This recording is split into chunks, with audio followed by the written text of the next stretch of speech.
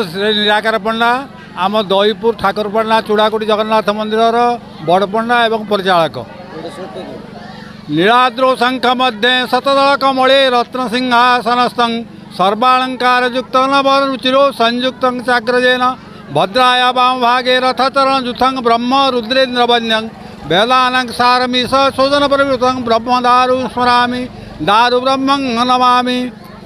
आज जो बावड़ा यात्रा आज बावड़ा यात्रा खूब सुरखुर है आमर 4टा बेले पहंडी आरंभ है 5:30 बेले रथ टଣା कार्य आरंभ है। बर्तमान आसिक 8टा सुधा श्रीमंदिर पाखे 3 रथ पहुँच जाइए 3 रथ मूड़ कराई सर्म रखाई सुरखुर आम 3टी रथ श्रृंखलार सहित नारायणपुर गुंडीचा मंदिर आसी आम ठाकुरपाटना जगन्नाथ मंदिर निकट में पहुँच जाती।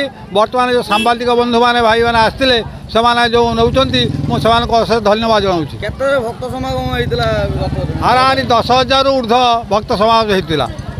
मु पूर्णचंद्र पंडा यही जगन्नाथ सेवकारी जहाँकि आज को 35 वर्ष हम ये रथ यात्रा चली 3टी रथरे रथ यात्रा होता 30 वर्ष रु 31 वर्ष यहाँ होगला।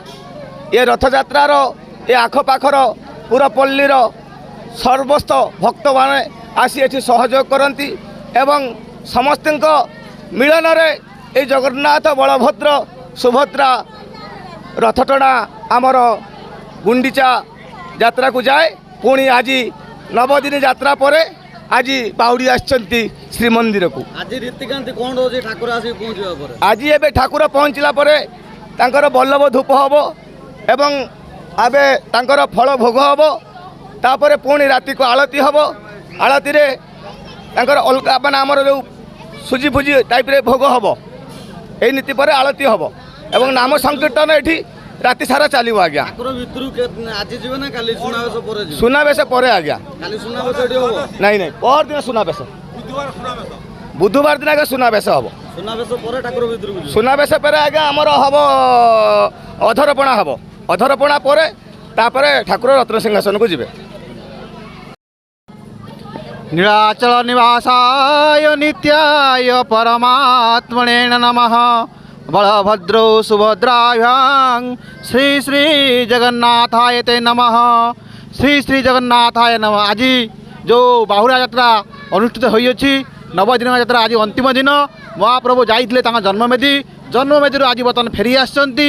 आज आमर बर्तमान रथ उपर 3 ठाकुर पहुँची बर्तमान आमर संध्या धूप हम तापर ठाकुर नीति चलो आसंता काली हूँ आमर बड़ दशमी तापर है एकादशी तिथि एकादशी पर आप अधरपणा पर नीलाद्रि विजय करेंगे।